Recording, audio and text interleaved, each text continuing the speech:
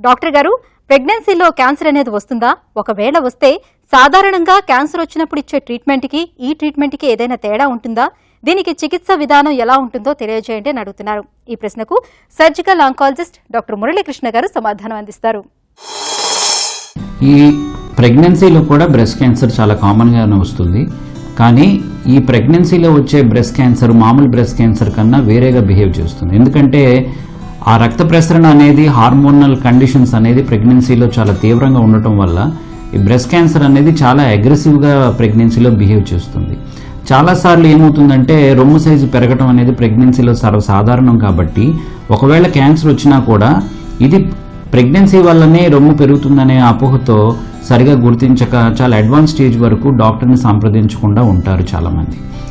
ఈ ప్రెగ్నెన్సీలో కూడా ఎప్పుడైనా ఈ క్యాన్సర్కి సంబంధించిన లక్షణాలు ఏవైనా కనిపిస్తే వాటిని వెంటనే పరీక్ష చేసుకోవాలి.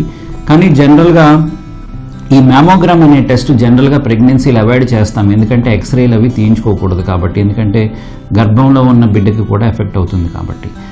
అండ్ మిగతా టెస్టులు మాత్రం మామూలుగానే సిటీ స్కాన్ కాకుండా మిగతా టెస్టులని రొటీన్గానే చేసి ప్రెగ్నెన్సీలో క్యాన్సర్ అనేది నిర్ధారణ చేస్తే జనరల్గా ఈ మేనేజ్మెంట్ అనేది మొదటి 3 నెలల్లో ఒకలా చేస్తాము, తర్వాత 3 నెలల్లో ఒకలా చేస్తాము, చివరి 3 నెలల్లో ఒకలా చేస్తాము. ఈ ప్రెగ్నెన్సీ టైంలో మొదటి 3 నెలల్లో గర్భస్థ శిశువు తాలూకా ఆర్గాన్ ఫార్మేషన్ జరుగుతుంది కాబట్టి ఆ టైంలో కీమోథెరపీ కానీ రేడియోథెరపీ కానీ ఇవ్వకుండా ట్రీట్మెంట్ చేయాలి. అలాగనే ఈ తర్వాత 3 నెలల్లో రొమ్ము క్యాన్సర్ గుర్తిస్తే ఆ టైంలోన సేఫ్గా ఆపరేషన్ చేయొచ్చు, సేఫ్గా కీమోథెరపీ ఇవ్వచ్చు. కానీ జనరల్గా రేడియోథెరపీ అన్నది ప్రెగ్నెన్సీ మొత్తంలో కూడా ఇవ్వకుండానే ట్రీట్మెంట్ చేయాల్సి వస్తుంది. అలాగనే 3 నెలల్లో ఆఖరి 3 నెలల్లో ప్రెగ్నెన్సీలో బ్రెస్ట్ క్యాన్సర్ ఐడెంటిఫై చేస్తే వాళ్ళకి ఆపరేషన్ సేఫ్గా చేయొచ్చు. కీమోథెరపీ జనరల్గా అవాయిడ్ చేస్తాము. అలాగనే రేడియోథెరపీ కూడా పూర్తిగా డెలివరీ అయినంత వరకు అవాయిడ్ చేస్తాము. కాబట్టి ప్రెగ్నెన్సీ టైంలో రొమ్ములో బ్రెస్ట్ క్యాన్సర్కి సంబంధించిన లక్షణాలు ఏమైనా కనిపిస్తే ఇది ఓన్లీ ప్రెగ్నెన్సీ వల్ల వచ్చిన మార్పులనేది పట్టించుకోకుండా ఉండే బదులు ఖచ్చితంగా వాటిని టెస్ట్ చేసి non invasive methods, invasive methods test చేసి దీన్ని ఖచ్చితంగా కాదు అవును అనేది నిర్ధారణ చేసి సరి అయిన కాంప్రహెన్సివ్ క్యాన్సర్ ట్రీట్మెంట్ సెంటర్లో ట్రీట్మెంట్ చేస్తే ఖచ్చితంగా మంచి రిజల్ట్స్ వస్తుంటాయి. కానీ ఎక్కువ సార్లు ఈ రొమ్ము క్యాన్సర్ అనేది ప్రెగ్నెన్సీలో 3వ స్టేజ్లోనే ఐడెంటిఫై అవుతుంది. కాబట్టి ఈ విషయంలో చాలా జాగ్రత్తగా డాక్టర్స్, వాళ్ళ ఫ్యామిలీ డాక్టర్స్, అలాగే గైనకాలజిస్టులు, ఆబ్స్టెటిషియన్స్ కూడా ఈ అనుమానం అనేది వెంటనే నివృత్తి చేసుకోవాలి. ఈ ప్రెగ్నెన్సీలో బ్రెస్ట్ క్యాన్సరే కాకుండా అండాశయంలో వచ్చే క్యాన్సర్స్, అలాగే సర్వైకల్ క్యాన్సర్స్ కూడా వచ్చే అవకాశం ఉంది. ఎందుకంటే వీటికి సంబంధించి ప్రెగ్నెన్సీకి రిలేషన్షిప్ ఉంది కాబట్టి ఈ యాంటీనేటల్ ఎగ్జామినేషన్లో ఖచ్చితంగా అల్ట్రాసౌండ్ చేస్తారు గర్భం తాలూకా ఏజ్ని దృష్టిలో పెట్టుకొని.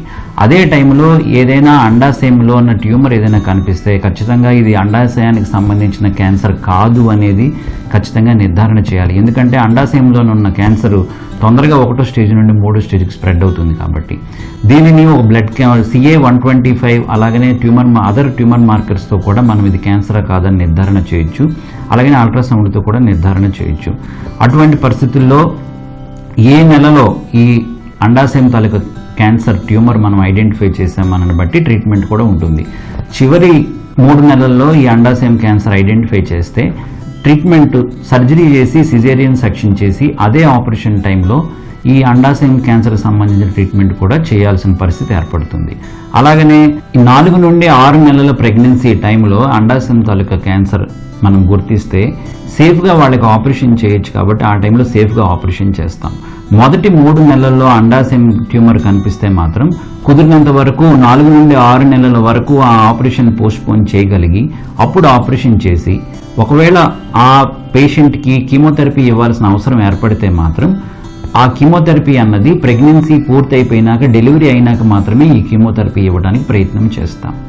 సో ఈ విధంగా అండాశయం క్యాన్సర్ని గుర్తించి సేఫ్గా కూడా ప్రెగ్నెన్సీ టైంలో ట్రీట్మెంట్ చేయొచ్చు. జనరల్గా ప్రెగ్నెన్సీ టైంలో 1వ స్టేజ్లోనే చాలా మందికి అండాశయం క్యాన్సర్ బయటపడుతుంది.